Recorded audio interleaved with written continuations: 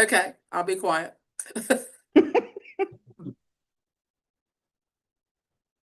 Hi, Alexandra. Here's Madison. You think she's ready to call the roll or no? No, I will. Okay. But all she's right. got background noise. We are live. Good morning. This is the meeting of the North Carolina Professional Educator Preparation and Standards Commission. Dr. Evans, could you please call the roll? Yes. Dr. Blanton, Present. Chair Bullock, Present. Ms. Wisner, Present. Dr. Fleming, Present. Ms. Edwards,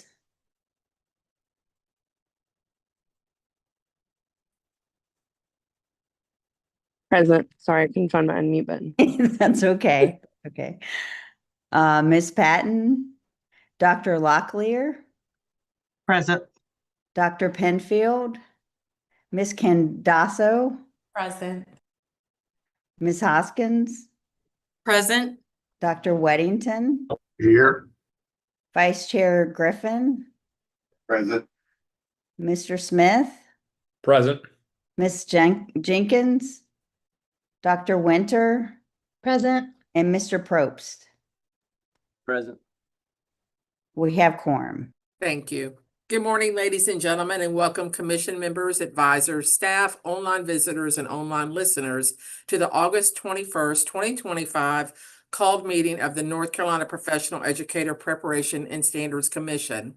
This Standards Commission develops and recommends to the State Board of Education rules related to all aspects of educator preparation, licensure, continuing education, and professional standards of North Carolina educators. I am Ann Bullock, Chair of the Professional Educator Preparation and Standards Commission, and I call this meeting to order. Our agenda materials are available online through the DPI website, www.northcarolinapublicschools.org, on the SBE meetings link. This meeting is also audio streamed through a link located at the bottom of the eBoard agenda. I will now read the ethics statement that is required of us. Commission members are reminded that it is our duty to avoid conflicts of interest and the appearance of conflicts of interest as we handle the work of this commission. Does any member of the commission know of any conflict of interest or any appearance of conflict with respect to any matters coming before us at this meeting? If so, please state them for the record. If during the course of the meeting you become aware of an actual or apparent conflict of interest, please bring the matter to the attention of the chair. It will then be your duty to abstain from participating in discussion on the matter and from voting on the matter. Commission members, you've had an opportunity to review the proposed agenda for today's meeting. Do I have a motion to approve the agenda for the August 21st, 2025 meeting? So move, Connie. Thank you, Dr. Lockley. Second, Kim. Thank you, Dr. Winter. Any further discussion? Dr. Evans, could you please call for the vote for the approval of the agenda? Yes. Dr. Blanton, Approved. Chair Bullock, Approved. Ms. Wisner, Approve. Dr. Fleming, Approved. Ms. Edwards, Approve. Dr. Locklear, Approved. Ms. Candasso, Approved. Ms. Hoskins, Approve. Dr. Weddington, Approved. Vice Chair Griffin, Approved. Mr. Smith, Approved. Dr. Winter, Approve. and Mr. Probst. Approved. It is unanimous. Thank you. The purpose of our meeting is to vote on two items. First, we will vote on the policy amendments to TCED 016, which was presented last week by Dr. Pittman. As a reminder, this policy was also taken to the HR monthly meeting for feedback, and no feedback has been received on the policy amendment. So do we have any questions before I call for a motion on TCED 016?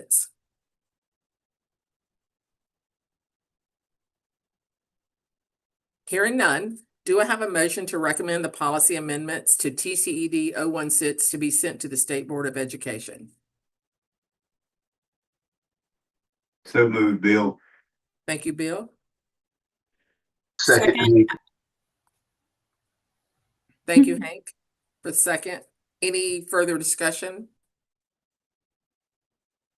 Dr. Evans, could you please call for the vote for the amendments to TCED 016? Yes. Dr. Blanton, Approve. Chair Bullock, Approve? Ms. Weisner, Approve. Dr. Fleming, Approve. Ms. Edwards, Approve. Dr. Locklear, Approve. Ms. Candasso, Approved. Ms. Hoskins, Approve. Dr. Weddington, Approve. Vice Chair Griffin, Approve. Mr. Smith, Approve. Dr. Winter, Approve. Mr. Probst. Approve. It is unanimous. Great. That will be sent forward to the state board. The second item is the updated North Carolina EPP accountability model draft. One, I sent you, commissioner members, I sent you an email this morning with some edits. So I want to open it up for discussion, and also Dr. Evans, if it could be possible, I'd like to share the edits. And the edits are based on questions that I received. Mr. Probst, who found an edit for us. Thank you so much, Mr. Probst. And just some questions that I asked that I thought this may be clear. And when I wrote to you this morning, I said I use clear language, which means that the language I'm using has not been vetted by Mr. Collins, the attorney, or any of the attorney staff. And the idea here is just to be clear with the state board what our spirit of intent is. So I want to open it up for questions, but let me show you the edits, which I thought were good questions. All right, so can you see the model that I sent you this morning on the screen? All right, so anything in aqua, because I had to choose a color that hasn't been used. So let me start here, sorry. No percentages were changed, no feedback, only positive feedback on the percentages that were proposed last week. I got some specific positive feedback from commission members that thought EVOS was an appropriate percentage, Praxis 2, taking out that was appropriate, things like that. So just being transparent with y'all with what feedback I got. The questions really had to do with how does the continuous improvement track work and who's involved? So the spirit of intent here is that every EPP would write it, let me say this, every EPP writes an IHE report every year. And the spirit of intent here is that these benchmarks would be included in that IHE report. So no one would be exempt from that, right? Everyone would write to the benchmarks. Whether the benchmarks are public or not public, that's another piece, but like the idea would be our dashboard's already public. North Carolina makes that public. So everyone would write in their IHE report if they're below the benchmark determined. And the idea also here would be there would be no public notice if someone receives an AFI in this area. So I use the word public notice here as plain language. What that will mean, that might change into different language once the attorneys review that. But the idea here is if X university EPP has an area that's below benchmark, and they have not received, and they receive a notification about that, and they're writing about it in their IHE report, there would not be a public notice of that piece there. And then I took out all this stuff about nationally accredited because I felt like that was confusing, and that's not really what our intent was.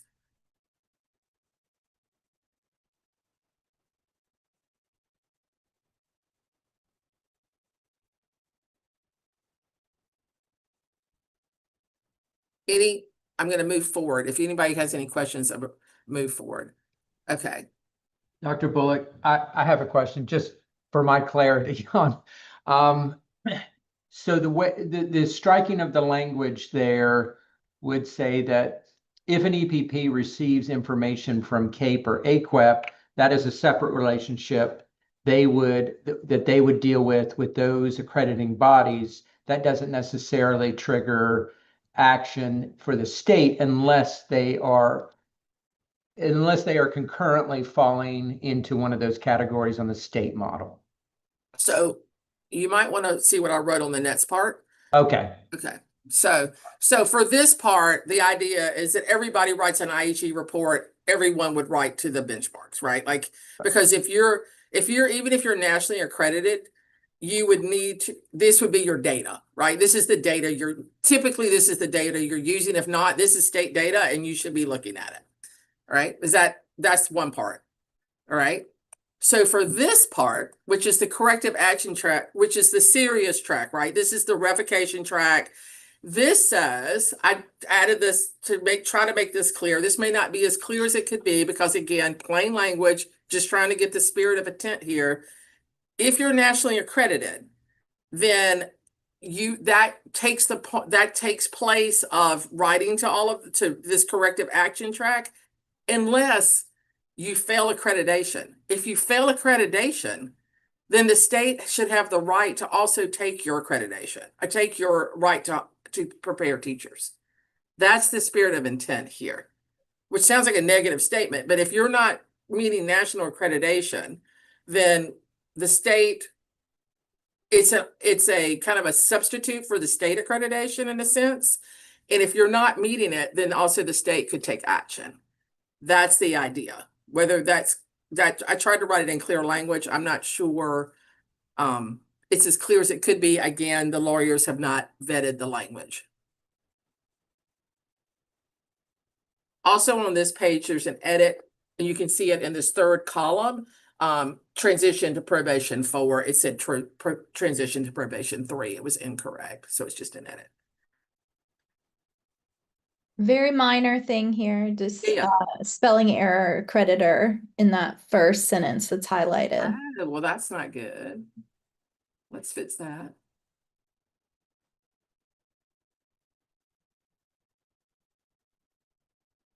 Thank you. Questions? Those are the edits. I had one. I'm wondering how this will go to the board. Will it go clean or will it go marked up? It will go clean. Okay. But reason why these highlights will be brought out. You think it should go marked up? We could take it marked up. Well, here's why I asked. Well, I opened it immediately this morning and, was reading your email, and on my version, which could totally be my Adobe, I don't know. It's not aqua highlight, it's yellow Okay. highlight. Mine's yellow too. Okay, I'm sorry. But the actual words themselves are in a different color. And so I put it side by side and I was easily able to figure it out. But it made me think if people's versions might not do it the same. Right. This is the Word version, actually, right here. Okay.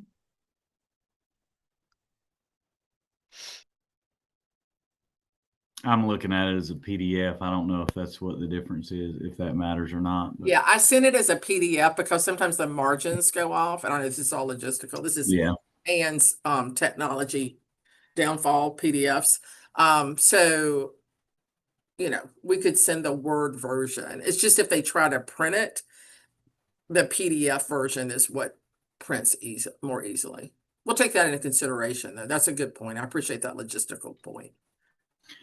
What I guess just out of curiosity, what percent or approximately what percent of EPPs are nationally accredited and to where they wouldn't have to go through this corrective action? I mean, is it most of them, or I just don't know. There's a lot. I don't know if DPI staff knows the exact number.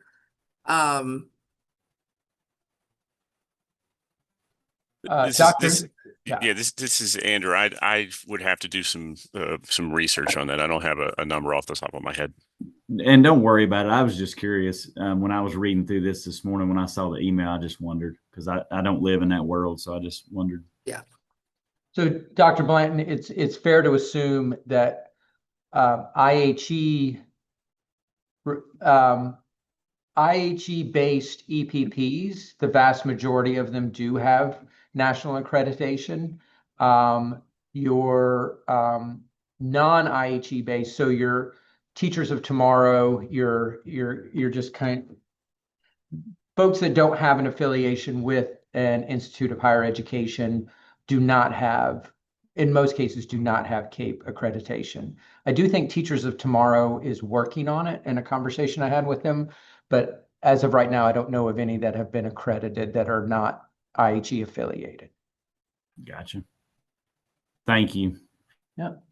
Dr. Tomlin, do you want to talk about if someone wants to come into the state and be an EPP now, that CAPER process of that, or the accreditation process of that? Sure, I can. So the statute indicates that there are two pathways to becoming an EPP in the state of North Carolina. In kind of physical presence in North Carolina is not a requirement.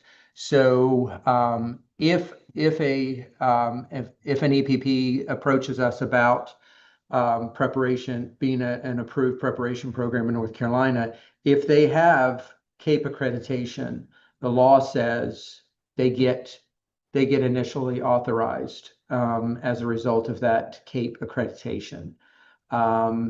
Otherwise, the board would review their application for authorization and make a determination. But the law stipulates that if they're in good standing with CAPE, they get initially authorized in the state of North Carolina. We have a couple of EPPs that are out of state who are authorized that way.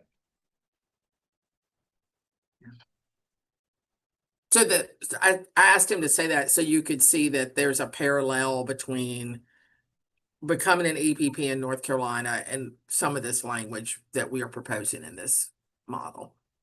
I do have to say, since now I see what route you're going down, there is no requirement in either board policy or state law that one would have to maintain that national accreditation as a condition of keeping their authorization in the state. It is this model, it's the accountability model that will drive whether or not you continue to have that authorization. So somebody could acquire it, and I don't know why they would, but for whatever reason, drop that accreditation.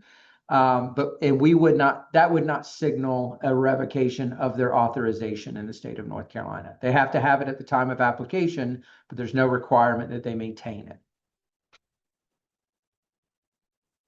And I want to make sure Dr. Seiberg agrees with what I just said.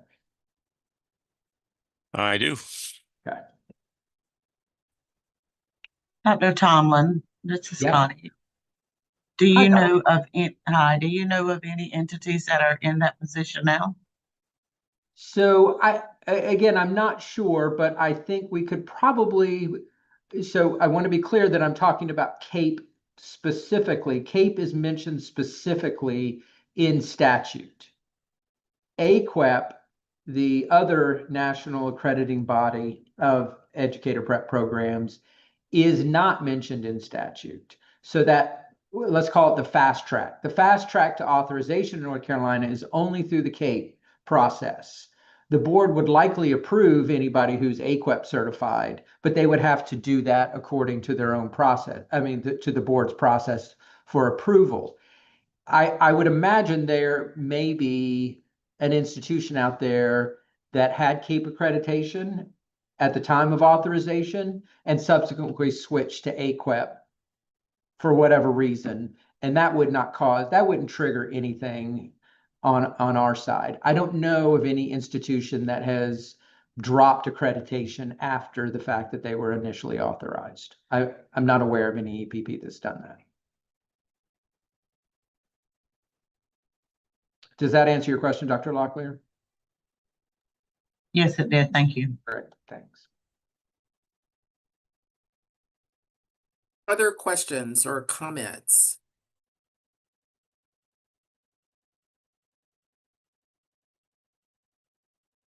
Hopefully you found this Ann's clear language vetted by Frank helpful in terms of what again, it may not be it's not legally vetted, but it's the spirit of the intent.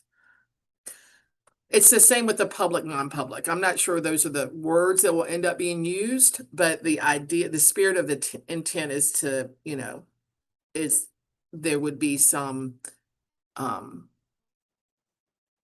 there would be not a record, a public record of however that looked of AFIs for continuous improvement. Okay. I don't hear any more questions, but I'll stop just for a second to make sure there are not any further.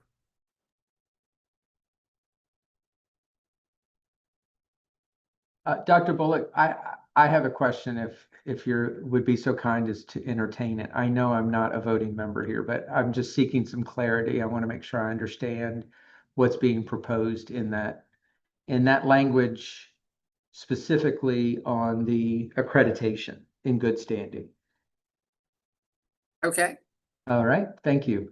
So the way I'm reading it is, if I am an institution that is in good standing with my accreditor,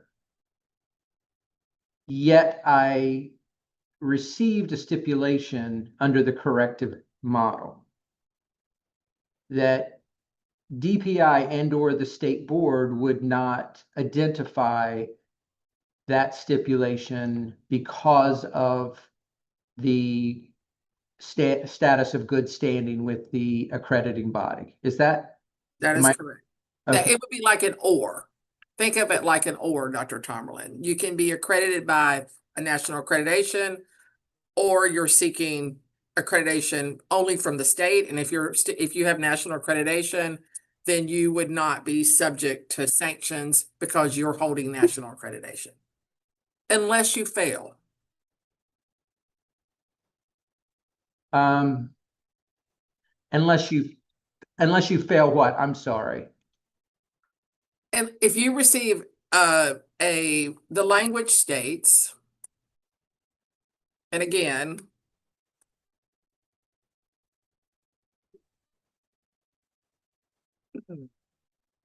if you receive a stipulation from this language states, if you receive a stipulation from your national accreditor or whatever that language is in the, not an AFI, but a stipulation, you can be subject to this. So if you receive fail a standard, receive multiple stipulations from a national accreditor, then you can be subject to corrective action from the state.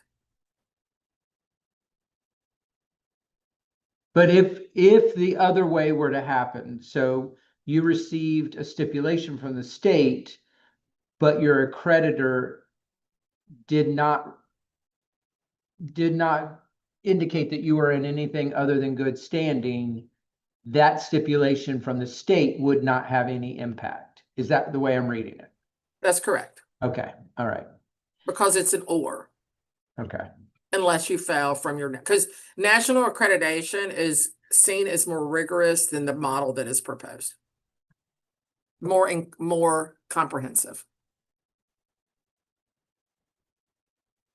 Gotcha. Thank you. You're welcome. Any other comments on that or questions?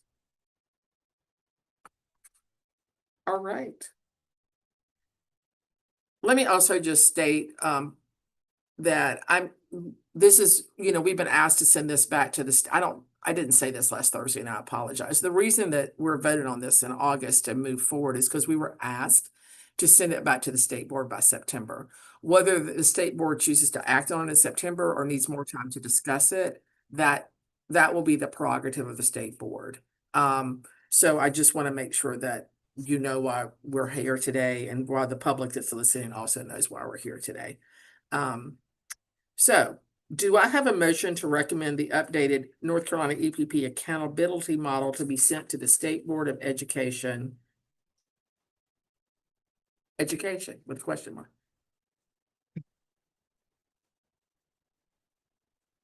So moved. This is Kim. Thank you, Dr. Winter. Do we have a Second, Alexandra. Thank you, Alexandra. Any further discussion or clarification? And was that being sent with the visible redactions, or are we sending a clean copy? I think we would send a clean copy, but I would when we present it, we would point out the differences. We'll have to point out the percentage differences and the differences that we've made, whether it's clarity differences, edits, et cetera, from the original model that we presented to them in June. So I'm going to say clean copy with explanation, if that answers everyone's question. And that's the prerogative of the commissioners, if that's the way that we do it. Would it be possible for us to get a quick email, just kind of heads up, hey, they are taking it up in September? You know, I know we can all pull the agenda, but I think it'd be helpful for us to be on the alert. Dr. Evans? I can make sure to alert everyone and actually send the link to the agenda as well. I think that would be actually a good practice for the Pepsi membership to Sure.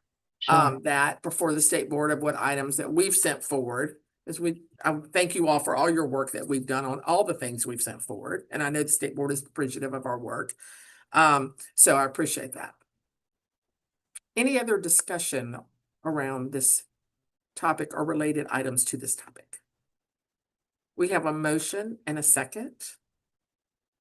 Dr. Evans, you can call the roll for a vote Sure. on the proposed model. Yes. Dr. Blanton, Approve. Chair Bullock, Approve. Ms. Weisner, Approve. Dr. Fleming, Approved. Ms. Edwards, Approve. Dr. Locklear, Approved. Ms. Candasso, Approved. Ms. Hoskins, Approve. Dr. Weddington, Approved. Vice Chair Griffin, Approved. Mr. Smith, Approved. Dr. Winter, Approve. Mr. Probst. Approved. It is unanimous. Thank you all. Thank you. And thank you for your discussion. And I apologize again for the aqua highlighting not coming through because as you saw, it's very helpful. So, all right. Okay. So I want to again thank Dr. Weddington for his many hours of work on this. And thank all the commissioners for your comments that you've sent this week, questions, clarifications. Those have been super helpful as we move this important work forward. So I want to also thank you all, commissioner members, advisors, and staff for your preparation today. I remind commission members that our next monthly meeting will be held on Thursday, September 18th, beginning at 3:30 p.m. We have now completed our specially called meeting, and unless there is additional business at this time, I ask for a motion to adjourn. So Make a moved. motion that we adjourn. Thank you. Second. Thank you. Yes, there's Dr. Blanton, Dr. Griffin. Dr. Evans, could you please call the roll for adjournment? Yes. Dr. Blanton, Approve. Chair Bullock, Approve. Ms. Weisner, Approve. Dr. Fleming, Approve. Ms. Edwards, Approve. Dr. Locklear, Approved. Ms. Candasso, Approved. Ms. Hoskins, Approve. Dr. Weddington, Approved. Vice Chair Griffin, Approved. Mr. Smith, Approve. Dr. Winter, Approve. Mr. Probst. Approve. It is unanimous. Thank you. And thank you all. Have a great day. We are adjourned. Bye, everybody.